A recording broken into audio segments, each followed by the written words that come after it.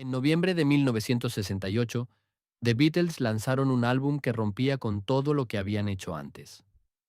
Después de la explosión de colores de Sgt. Pepper, sorprendieron al mundo con una portada completamente blanca, sin fotografías, sin ilustraciones y con apenas el nombre de la banda grabado en relieve.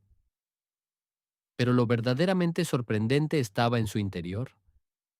30 canciones que pasaban del rock al folk, del blues a la música experimental, mientras la relación entre los cuatro Beatles comenzaba a deteriorarse. Hoy conoceremos 10 historias que hacen del White Album una de las obras más fascinantes de la historia del rock. Después del éxito de Sgt. Pepper's Lonely Hearts Club Band, cuya portada estaba repleta de personajes, colores y detalles, The Beatles decidieron tomar el camino opuesto. Querían que nada distrajera la atención de la música. Para lograrlo recurrieron al artista británico Richard Hamilton, quien propuso una portada totalmente blanca, minimalista y casi vacía. El nombre del grupo no estaba impreso con tinta, sino grabado en relieve, y las primeras copias incluían un número de serie único, como si cada álbum fuera una obra de arte numerada. Lo que parecía un diseño excesivamente simple terminó convirtiéndose en una de las portadas más icónicas y reconocibles de toda la historia de la música. A comienzos de 1968, los cuatro Beatles viajaron a Rishikesh, en la India, para asistir a un retiro de meditación trascendental dirigido por el Maharishi Mahesh Yogi. Lejos de los estudios de grabación y de la presión de la fama, encontraron un ambiente ideal para escribir música. Durante aquellas semanas nacieron decenas de composiciones que más tarde formarían parte del White Album.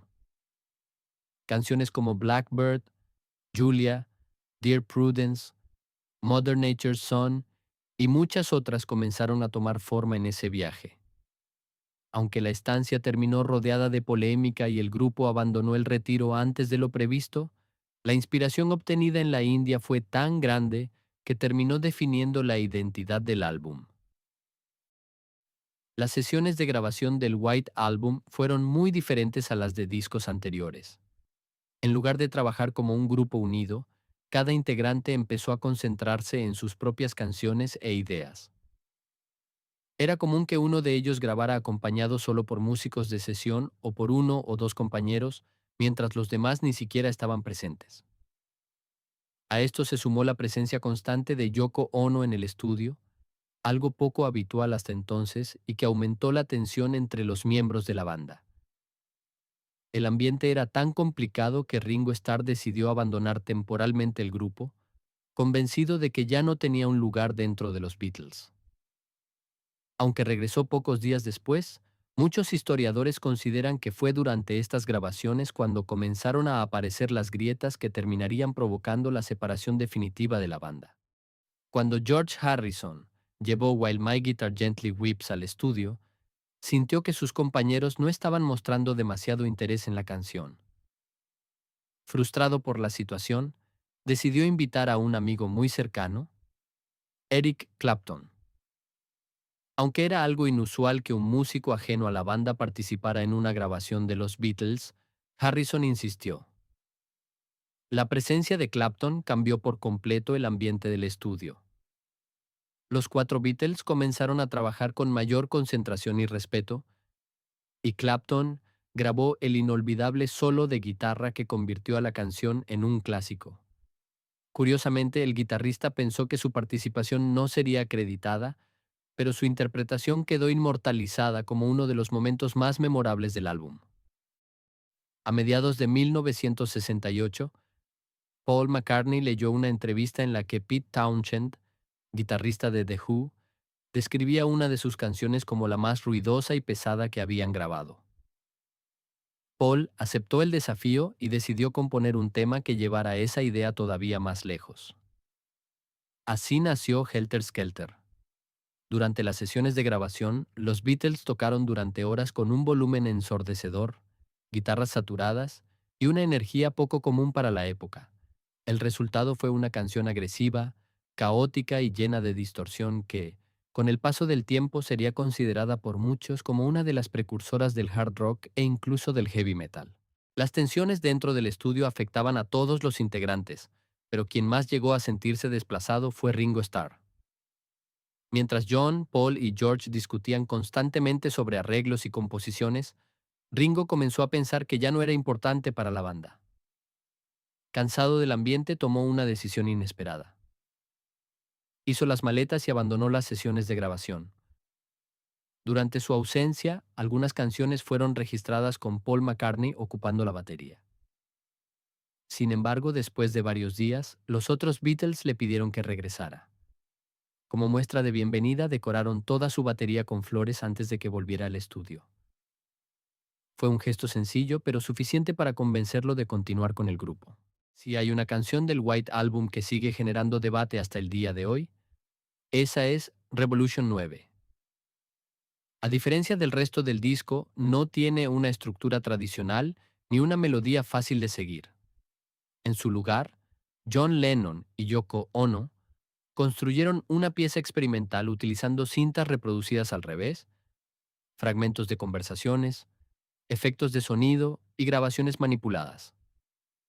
Inspirados por la música de vanguardia y el arte experimental de la época, buscaban crear una experiencia más cercana a una obra sonora que a una canción de rock. El resultado desconcertó a muchos fanáticos en 1968 y, décadas después, sigue siendo una de las composiciones más polémicas que los Beatles llegaron a publicar. A medida que avanzaban las sesiones, el White Album dejó de sentirse como un proyecto completamente grupal.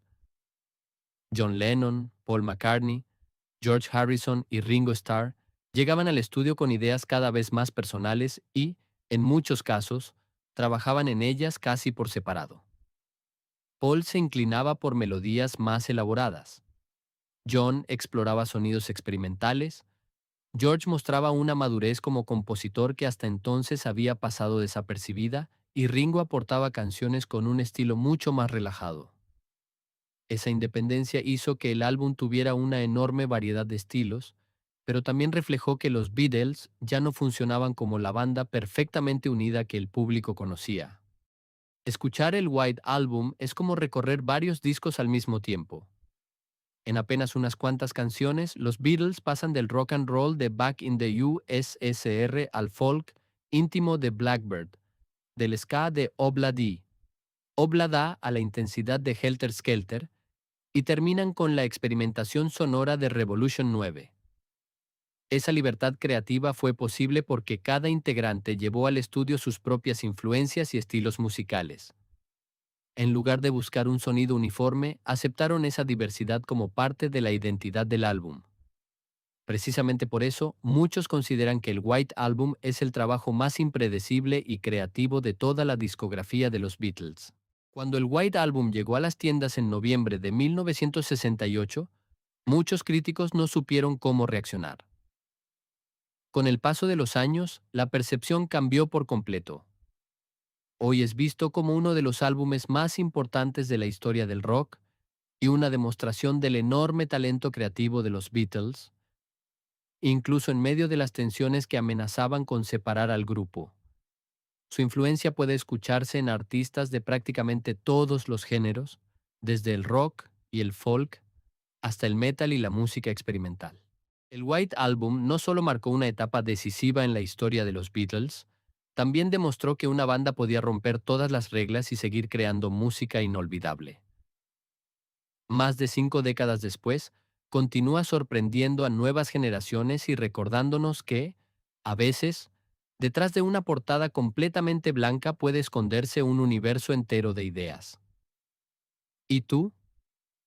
¿Cuál es tu canción favorita del White Album? Déjala en los comentarios y no olvides suscribirte para descubrir más historias sobre la música que cambió el mundo.